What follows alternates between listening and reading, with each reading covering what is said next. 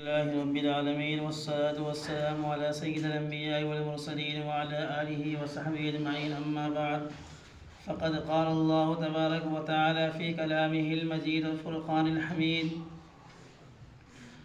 فأعوذ بالله من الشيطان الرجيم، بسم الله الرحمن الرحيم. يا أيها المدثر قم فأنذر وربك فكبر وثيابك فطهر. وقال النبي صلی اللہ علیہ وسلم: الطہور شطر الایمان، او کما قال النبی صلی اللہ علیہ وسلم.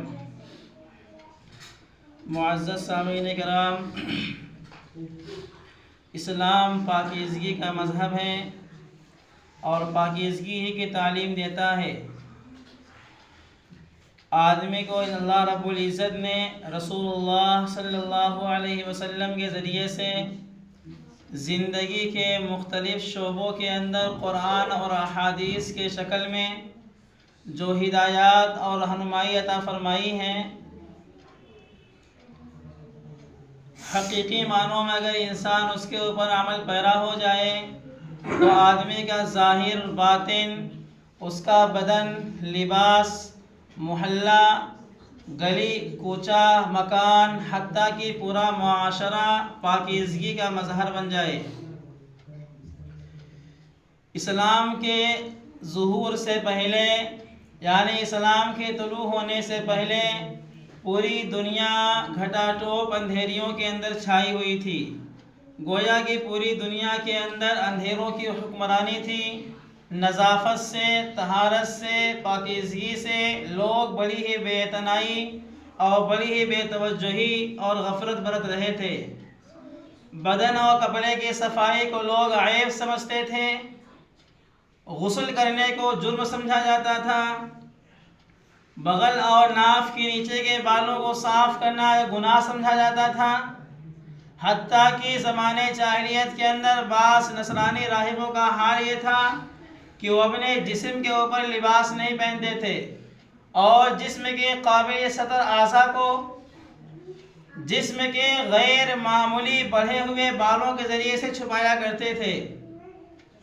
اتھینس نامی راہب کا تذکرہ ہے کہ اس نے پوری زندگی اپنے پاؤں کو پانی سے نہیں دھلا. ابراہم نامی ایک عیسائی راہب ہے، اس کے بارے میں آتا ہے کہ اس نے 50 سال تک اپنے چہرے اور ہاتھوں کو پانی نہیں لگایا. یہی وجہ ہے کہ اسکندریہ کے ایک راہب نے جب دوسرے عیسائی راہبوں کو دیکھا غسل کرتے ہوئے، اس نے افسوس کا اظہار کرتے ہوئے کہا کہ کچھ عرصہ پہلے ہم لوگ پانی کے استعمال کو حرام سمجھتے تھے اور آج یہاں حال یہ ہے، میں دیکھ رہا ہوں کہ لوگ پانی کو استعمال کر رہے ہیں. اہل یورپ اور اہل مغرب کا حال بھی یہی تھا، اس سے مختلف نہیں تھا. آج اہل یورپ اور اہل مغرب جو ہے اپنے آپ کو بہت ہی تہذیب یافتہ اور بہت ہی متمدن اور بہت ہی تہذیب یافتہ سمجھتے ہیں، حالانکہ ان کی حالت اس سے مختلف نہیں تھی. آپ نے عیسائیوں کی تاریخ پڑھیے. پاپائی روم نے جب جرمنی کے بادشاہ کے خلاف اس نے کفر کا فتویٰ لگایا تو اس کے اوپر سب سے بڑا الزام یہ تھا کہ وہ روزانہ غسل کیا کرتا تھا. ایسے ہی پاپائی روم نے بے شمار افراد کے خلاف کفر کا فتویٰ دیا اور ایسے کافروں کی سزا کے لیے اس نے 1478 عیسوی کے اندر اس نے ایک مذہبی عدالت کو قائم کیا اور اس مذہبی عدالت کے اندر اس نے پہلے ہی سال روزانہ غسل کرنے والے تقریباً 2000 افراد کو زندہ جلانے کا حکم دے دیا اور تقریباً 70,000 کے قریب لوگوں کو جیل خانے کی سزا سنا دی اور ان لوگوں کو قید و بند کی سزائیں جھیلنی پڑی. بہرحال گندگی بوسیدگی کے ساتھ رہنا یہ ان کی علامت اور پہچان تھی. یہی وجہ ہے کہ برطانیہ کا راہب جب کافی عرصے کے بعد اپنے معبد خانے سے اپنے گرجا گھر سے نکلتا تو اس کے جوؤں کی تعداد بے شمار ہوا کرتی تھی. اس کے قبا کے اوپر، اس کے جسم کے اوپر، اس کے کپڑوں کے اوپر جوئیں ہی جوئیں دکھائی دیتی تھی. لیکن اسلام کا یہ تو نئی امتیاز ہے، اسلام کی علامت ہے، یہ اسلام کی الگ ایک پہچان ہے کہ اسلام نے طہارت کے، نظافت کے، پاکیزگی کے وہ مسئلے بیان فرمائے جو انتہائی اہمیت کے حامل ہے۔ پیدائش سے لے کر کے موت تک اسلام نے ہر موڑ پر ہماری رہنمائی فرمائی ہے، اور پاکی اور ناپاکی کے باریک مسائل، موٹے مسائل تمام کو بالتفصیل تمام کے طریقے بیان فرما دیے ہیں، جس کو اختیار کرنے سے ایک متحمل مزاج آدمی، ایک سلیم الطبع آدمی، اچھی طبیعت رکھنے والے آدمی کو خوشی نصیب ہوتی ہے، اس کو اطمینان ملتا ہے، اس کو صفائی سے ایک قسم کی خوشی نصیب ہوتی ہے، اور اس کے جسم کے اندر چستی اور پھرتی پیدا ہوتی ہے۔ اسلامی تعلیمات، اسلامی اصول و فروع کو دیکھ لیجئے، چاہے وہ عقائد ہوں، عبادات ہوں، معاملات ہوں، اخلاقیات ہوں، ان تمام کے اندر اگر گہری نگاہ سے دیکھا جائے تو یہ تمام چیزوں کے اندر اکثر و بیشتر حصہ جو پاکیزگی سے متعلق ہیں۔ اسی لیے رسول اللہ صلی اللہ علیہ وسلم نے فرمایا ہے کہ الطہور شطر الایمان، کہ پاکی آدھا ایمان ہے، اور رسول اللہ صلی اللہ علیہ وسلم کی زندگی خود اس کا ایک اعلیٰ نمونہ تھی۔ رسول اللہ صلی اللہ علیہ وسلم انتہائی پاکیزگی کے ساتھ، انتہائی طہارت کے ساتھ اور انتہائی نظافت کے ساتھ رہا کرتے تھے، اور اللہ رب العزت سے دعا کیا کرتے تھے، یا اللہ میں ناپاکی سے، گندگی سے، پلید چیزوں سے میں تیری پناہ چاہتا ہوں، اور شیطان مردود سے اللہ میں تیری پناہ چاہتا ہوں۔ تو یہ نظافت، یہ طہارت انتہائی اہمیت کی حامل شے ہے۔ اللہ کے نبی علیہ السلام نے ایک مرتبہ اللہ کے بارے میں فرمایا کہ اللہ رب العزت پاک ہیں، پاکیزگی کو پسند فرماتے ہیں، اللہ نظیف ہے، نظافت کو پسند کرتا ہے، اللہ کریم ہے، کرم کو پسند کرتا ہے، اللہ رحیم ہے، اللہ سخی ہے، سخاوت کو پسند کرتا ہے۔ اے لوگوں، تم لوگ اپنے گھر کے صحن اور برآمدے کو صاف ستھرا رکھا کرو، مشابہت یہودیوں سے مت اختیار کرو۔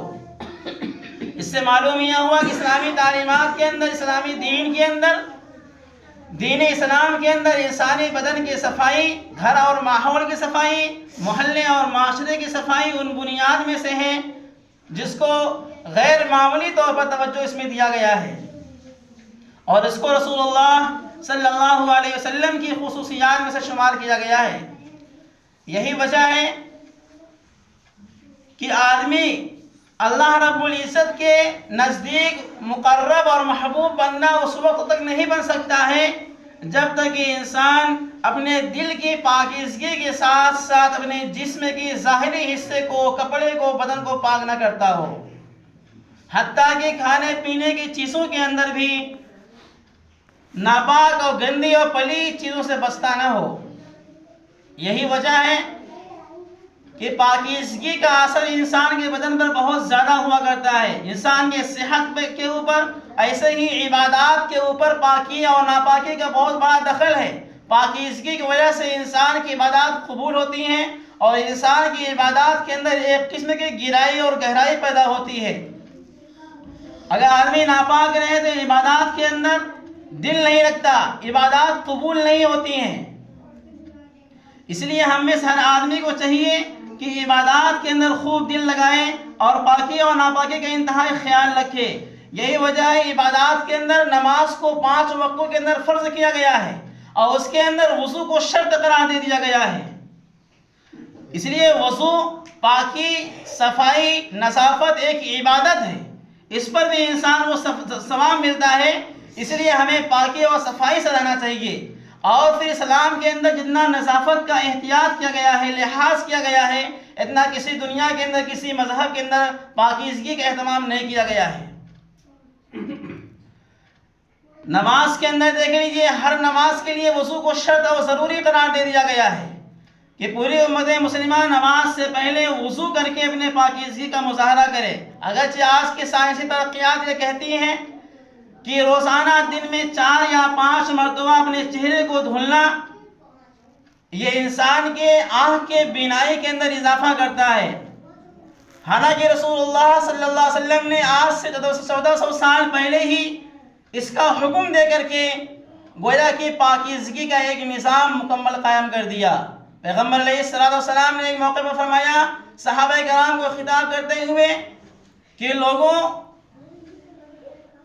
ایک آدمی ہے جس کے دروازے پر ایک نہر ہے، اور اس نہر کے اندر وہ روزانہ 5 مرتبہ غسل کرتا ہے، تو بتاؤ اس کے جسم کے اوپر میل کچل باقی رہ جائے گا؟